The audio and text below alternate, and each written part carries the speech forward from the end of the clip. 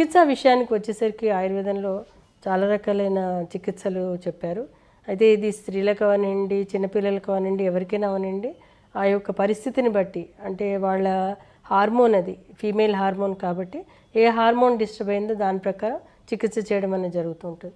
ఇందులో ముఖ్యంగా ఏంటంటే వాళ్ళకి శతావరి అని, అశ్వగంధాన్ని, లోద్ర అని, అలాగే కొన్ని ఘృతాలు, కళ్యాణ ఘృతం అని, అలాగే వాళ్ళకి డెఫిషియన్సీ ప్రాబ్లమ్స్ ఉంటే దాన్ని సరిపడా కొన్ని ఔషధాలు లాంటిది ఇస్తూ ఉంటాం. అవన్నీ ఇవ్వడం ద్వారా ఏమవుతుందంటే హార్మోన్ రెగ్యులరైజ్ అవ్వడానికి అవకాశం. కొంతమందికి ఎక్కువ బ్లీడింగ్ అనుకోండి, లోద్రా లాంటిది ఇస్తాం.